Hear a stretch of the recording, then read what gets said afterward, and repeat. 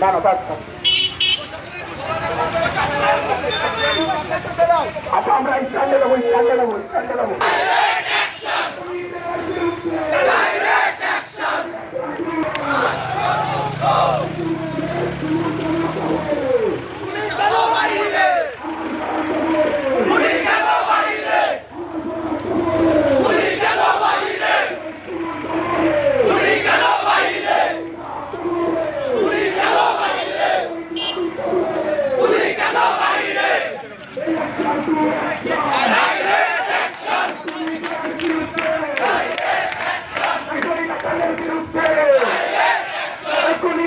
বিরুদ্ধে এখনই কেন বাইরে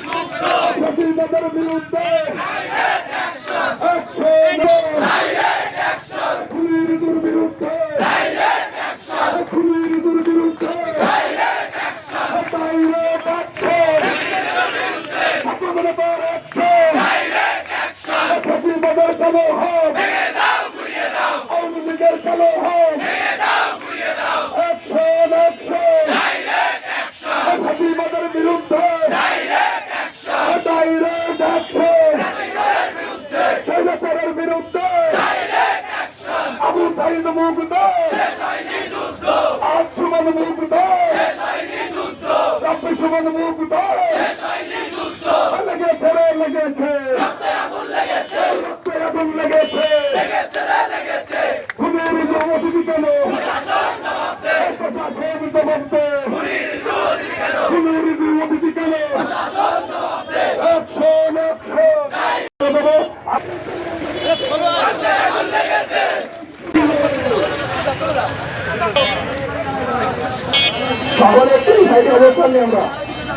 সিনিয়ররা বাদে তোমরা জুনিয়ররা আছো খেলাধুলি করে না, কোনো বিশৃঙ্খলা করে না। সংগ্রামী শুভেচ্ছা এবং সকলকে ধন্যবাদ জ্ঞাপন করছি যে আমাদের তাকে সারা দিয়ে আপনারা এসেছেন।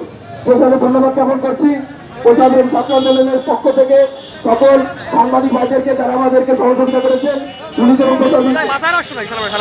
আমরা ছোট্ট পরিসরে কিছু কথা বলতে চাই। আজ আমার ভাই শহীদ সুমন, শহীদ আহাদ সহ সারা বাংলাদেশে সকলকে এই পুলিশ প্রশাসন সহ তারা যে পরিমাণে হত্যা করেছে, নৃশংস হত্যাযজ্ঞ চালিয়েছে, তারপরেও তারা সেই ফ্যাসিস্ট কায়েম আবার করতে যাচ্ছে।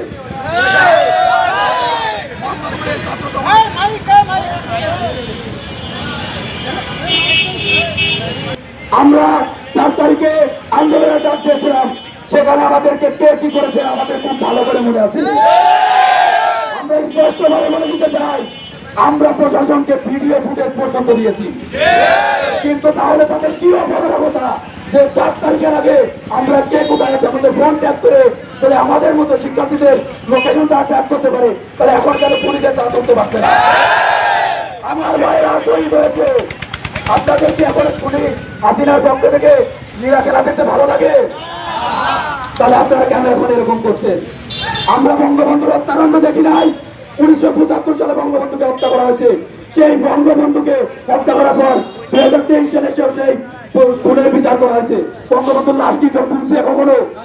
তাহলে শহীদ সুমন আহত সারা বাংলাদেশের ছাত্র সমাজের লাশ কেন উত্তোলন হলো? এর জবাব কি প্রশাসনের কাছে আছে? তাহলে ভাইরা আমার, আমরা প্রশাসনকে আজকের এই আন্দোলনের সহজ একটা রিমাইন্ডার দিতে চাই। আমরা 48 ঘন্টার আলটিমেটাম দিচ্ছি, বেশি সময় আমরা দিব না, অনেক সময় দিচ্ছি, অনেক ধৈর্য ধরছি। প্রশাসনকে আমরা স্টুডেন্টের টাকা জমিয়ে সেই টাকা দিয়ে 5-6 তারিখে বিভিন্ন এলাকায় গিয়ে প্রশাসন যেতে পারে নাই।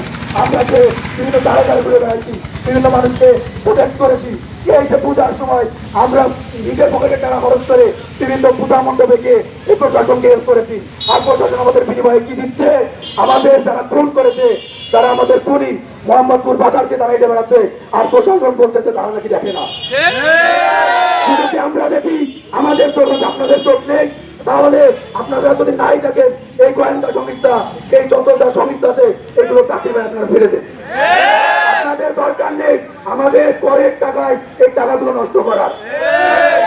আমরা 48 ঘন্টার আলটিমেটাম দিলাম আমাদের যত যারা মামলার আসামি সহ যারা অজ্ঞাতনামা আছে এবং এই যে যারা ইয়ে আছে মানে আমাদের আন্দোলনে যারা ভিডিও ফুটেজে দেখতে পাচ্ছেন এদেরকে 48 ঘন্টার মধ্যে গ্রেফতার করুন।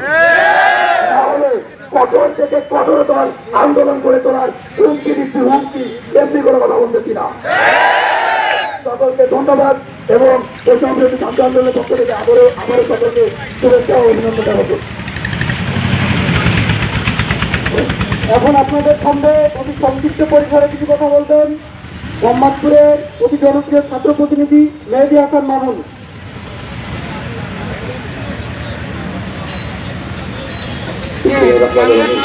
হবে না, বারে বারে বাড়ালে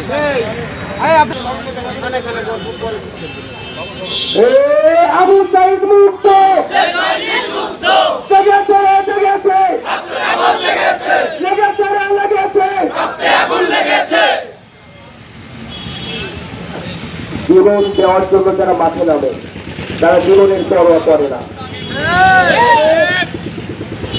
আপনারা আগুন দেখেছেন, রক্তের মধ্যে যে আগুন জ্বলে সেই আগুন আপনারা দেখেন নাই। মনে রাখবেন ছাত্র সমাজ পড়াতে লেখাতে অভ্যস্ত, এরা লাইব্রেরিতে থাকতে অভ্যস্ত, এরা ক্লাসরুমে থাকতে অভ্যস্ত। এরা যখন মাঠে নামে রাজপথে নামে যে দাবি নিয়ে নামে সে দাবি না নিয়ে এরা ঘরে ফিরে আসে না। আমরা 16 বছর দেখেছি স্বৈরাচারের অত্যাচার, স্বৈরাচারের জুলুম। আপনারা দেখেছেন স্বৈরাচার কিভাবে দমনের মাধ্যমে পুরো দেশটাকে চিহ্নি করে রেখেছিল। একটা জগদ্দল পাথর যে আমরা ছাত্র সমাজ দুমড়ে মুচড়ে দিল্লিতে বিদায় করেছি। আপনারা দেখেছেন অনেক রাজনৈতিক দল চেষ্টা করেছে, অনেক ধর্মীয় দল চেষ্টা করেছে, কিন্তু কেউ পারে নাই, একমাত্র ছাত্র সমাজ পেরেছে। মনে রাখবেন আজকে আমরা দেখেছি যে প্রশাসনের পক্ষ থেকে যে রিজু নামক এক ব্যক্তি আন্দোলনে যে আমাদের সরাসরি বিরোধিতা করেছিল তাকে আমরা দেখেছি প্রশাসনের পক্ষ থেকে মঞ্চে নিয়ে বসানো হয়েছে, মুক্তিযোদ্ধার নামে বসানো হয়েছে। আমি স্পষ্ট বলতে চাই তাকে বসেন কোটা বিএনপির নেতা, সে কিন্তু কেরালা যোদ্ধা ছিলেন মুক্তিযুদ্ধের সময়, তাকে কিন্তু গ্রেপ্তার করা হয়েছে আওয়ামী লীগের সময়। সুতরাং মুক্তিযোদ্ধার দোহাই দিয়ে কোন স্বৈরাচার, কোন স্বৈরাচারের দোষর, কোন গণহত্যাকারীকে আপনারা ছাড় দেবেন, মানে রাস্তাঘাটে চলাফেরার সুযোগ দেবেন, সমন্বয় দেবেন। ছাত্র সমাজ একজন বেশি রাখলেও সেটা কোশ্চেন কেন হবে না। মনে রাখবেন অনতিবিলম্বে 48 ঘন্টা আলটিমেটাম দেওয়া হয়েছে। 48 ঘন্টার মধ্যে আমাদের আন্দোলনের বিরুদ্ধে দেওয়া ছিল যারা সরাসরি ভিডিও ফুটেজ আছে, যারা ছবি আছে, তাদের মামলা করা হয়েছে, প্রত্যেককে গ্রেপ্তার করতে হবে, উপযুক্ত শাস্তির বিচার করতে হবে। আপনারা আন্দোলন দেখেছেন, আমাদের 4 আগস্টের আন্দোলন, মোহাম্মদপুর স্বাধীন হয়েছে 4 আগস্ট, মনে রাখবেন। বাংলাদেশ স্বাধীন হয়েছে 5 আগস্ট, মোহাম্মদপুর স্বাধীন হয়েছে 4 আগস্ট।